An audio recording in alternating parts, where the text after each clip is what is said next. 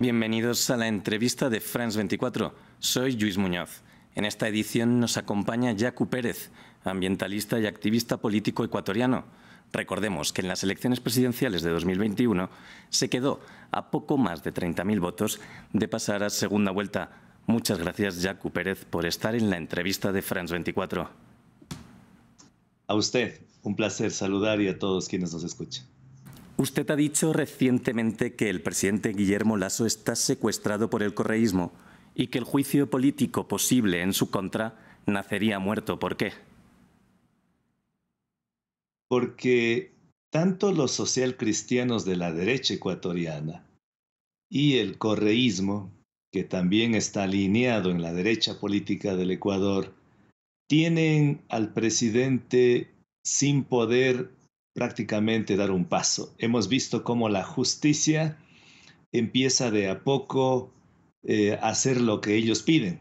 El señor Glass está libre y ahora le van a devolver las pensiones vitalicias, que es doloroso para los ecuatorianos. Es indignante lo que está sucediendo. Igual una ex ministra de Vivienda que estuvo en la Embajada de Argentina salió libre. El ex secretario jurídico de la presidencia está libre. El ex secretario de la CNI está libre y así van a continuar. Es decir, el correísmo, si no es de las buenas, que también hay un pacto con el presidente Lasso, lo actúa de manera beligerante a través de chantajes, y en este rato creo que el presidente Lasso está secuestrado por el correísmo, por los socialcristianos, por la narcopolítica, que es grave para los ecuatorianos. ¿Pero usted cree que Guillermo Lasso debe mantenerse en el cargo ante estas acusaciones de peculado, también conocido como malversación? El presidente Lasso comenzó mal. Recordemos que cuando estuvimos nosotros en la segunda vuelta, él se comprometió públicamente ante los delegados de la OEA a abrir las urnas. Al siguiente día rompió su palabra. Luego aparecieron los Pandora Papers, en donde él está seriamente involucrado con dineros que sacó hacia los paraísos fiscales. Ahí hay un proceso penal, se salvó de ese proceso. Y luego vino todos unos conflictos de irregularidades en el Palacio de Carondelet, con toda la trama de corrupción, de una red de corrupción increíble, y eso le ha hecho perder toda legitimidad. Entonces, el presidente de la República, lo mejor que podría haberlo hecho a su tiempo es convocar a un gran acuerdo nacional. Este rato es un poco tarde, creo que ya no tiene, ya nadie les cree.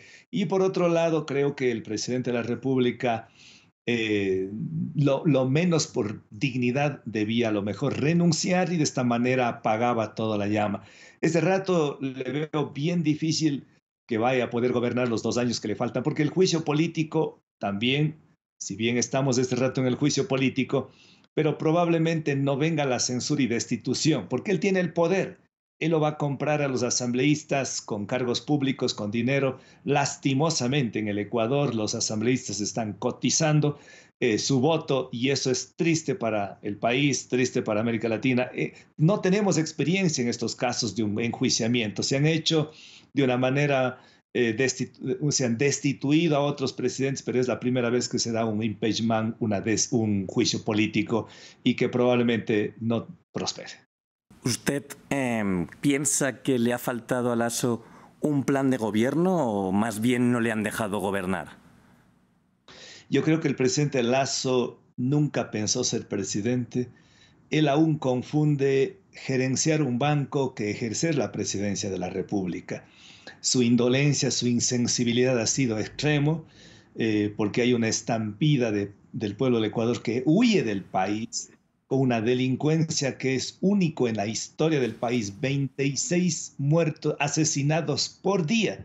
Quizás lo único que le salva es las medidas que tomó para la pandemia, pero en lo demás, los jóvenes no tienen universidad, no tienen trabajo, los hospitales sin medicamentos, sin médicos, sin enfermeras, las escuelas se caen, las carreteras por este invierno, y eso que no viene todavía el fenómeno del Niño, es intransitable, los campos están abandonados, con 7 millones de ecuatorianos de los 18 millones que está en pobreza multidimensional. De ellos, 2 millones de ecuatorianos viven con menos de $2 diarios. Es decir, estamos ante una crisis nunca antes vista, ni siquiera en el tiempo de Mawad, cuando cayó en el año 1999. Hemos tocado fondo y eso es grave para los ecuatorianos. Sí, le quería preguntar precisamente por eso. Usted ha anunciado un pacto con el exministro correísta Gustavo Larrea y su compañero ha llegado a decir que Ecuador vive la peor crisis de su historia. ¿Me podría ampliar un poco más por qué cree que esta afirmación es cierta? Porque antes no teníamos una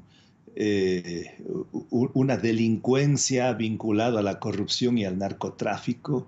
Había corrupción, sí, en el gobierno de Correa, de Moreno, pero no había con el narcotráfico.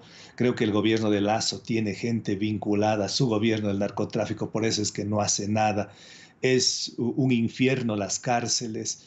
Ahora está poniéndose de moda las vacunas. Nunca antes en el Ecuador habíamos visto a una persona atada a explosivos. O sea, eso es, ni siquiera vivíamos, eso solamente era en Colombia o en México. Incluso se dicen, de acuerdo a los últimos datos, que solamente en tiempos de Pablo Escobar, en la Colombia de Escobar, en donde asesinaban 26 personas por día, ahora se ha llegado a ese momento. Es absolutamente crítico, no tenemos un futuro, es tenue, es claro oscuro, una incertidumbre. Todos los ecuatorianos que quieren producir, que quieren invertir, no lo pueden hacer porque están con miedo de las vacunas, con miedo de que salen de sus casas, pero no sé si retornarán. Es decir, hay un miedo, hay un terror por parte de la inmensa mayoría de los ecuatorianos. Los únicos que están tranquilos son los que están con guardaespaldas, los del gobierno, los de la asamblea, la gente que tiene dinero, pero el resto de ecuatorianos en absoluta indefensión. ¿Y cómo revertiría Yacu Pérez esta situación de seguridad por la que pasa Ecuador?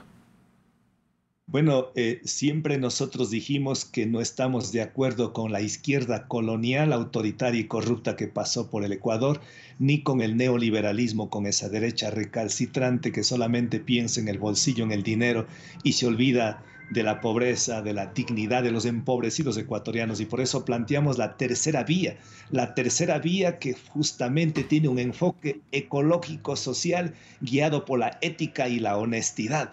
Esa tercera vía que es la inclusión de todos los sectores sociales del país, no solamente los sectores indígenas, campesinos, de izquierda, sino también los empresarios honestos, también los choferes, también los gremios de los artesanos, de los profesionales, capaz de entre todos construir el Ecuador que soñamos, en donde se pague la deuda social, se pague la deuda ecológica, pero todos, absolutamente todos, guiados por la ética y la honestidad. 7.600 millones de dólares cada año se van, se hacen humo, es decir, va en corrupción, no pagan los impuestos en el servicio de rentas internas, no se pagan los impuestos en las aduanas. Ahí está la corrupción. Con 7.600 millones de dólares cada año se puede hacer carreteras, construir escuelas, construir hospitales, mejorar las vías, darles canales de riego, darles créditos al sector indígena, al sector campesino, al sector agropecuario que tanto necesita. Es decir, una tercera vía sí es posible. Tenemos recursos naturales, tenemos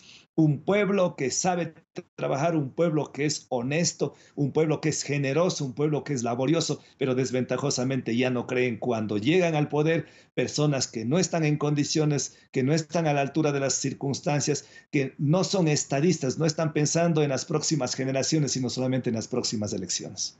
Se habla mucho de que estos grupos armados son transnacionales. ¿Es necesario también una colaboración activa de Estados Unidos o también vías como la posible regulación de cultivos ilícitos para combatir este tipo de inseguridad que vive Ecuador? El problema del narcotráfico es un problema complejo, grave y transnacional. No se puede solucionar solamente del Ecuador y no se puede solucionar solamente invirtiendo, dándoles más balas, dándoles más armas al ejército, a la policía, que está bien hacerlo eso, pero no es suficiente. Si no destinamos combatir la pobreza, combatir el desempleo, combatir la corrupción, es imposible salir. Pero ese es un enfoque. El otro es internacional y creo que cada vez más hay que debatir y hablar duro, duro de la posibilidad de una legalización de algunos tipos de drogas. Es decir, creo que hay que ir a la despenalización de algunas drogas en el país, y no solamente en el país, sino a nivel mundial. Creo que ese fue un criterio que lo dijo el expresidente Rodrigo Borja, lo ha dicho el expresidente Juan Manuel Santos, Premio Nobel de la Paz. Creo que en ese criterio hay personas que el rato que se acaba el negocio ilícito de las drogas, se vuelve ya un negocio lícito, pues prácticamente tenemos ahí las experiencias de la legalización del alcohol en Estados Unidos y en muchas partes del mundo. Con eso se acaba, con eso ya no se vuelve apetecido, ya no se vuelve codicioso el narcotráfico. Creo que es una de las medidas, y por eso es importante un acuerdo internacional entre los productores de la droga, Colombia, Perú, Bolivia, Brasil, y entre los consumidores, como es en este caso Estados Unidos. Es paradójico. Abajo, en América Latina, en los países del sur, se produce la droga para el consumo de los países del norte, así como en los países del norte se producen las armas para el consumo de las armas en los países del sur. Esa es la paradoja y eso hay que resolver. Yacu, se nos acaba el tiempo. Le agradezco mucho por haber estado en la entrevista de France 24. Un placer, un lindo día. Y muchas gracias también a nuestra audiencia. Pueden seguir más contenidos como este en France 24 y en france24.com.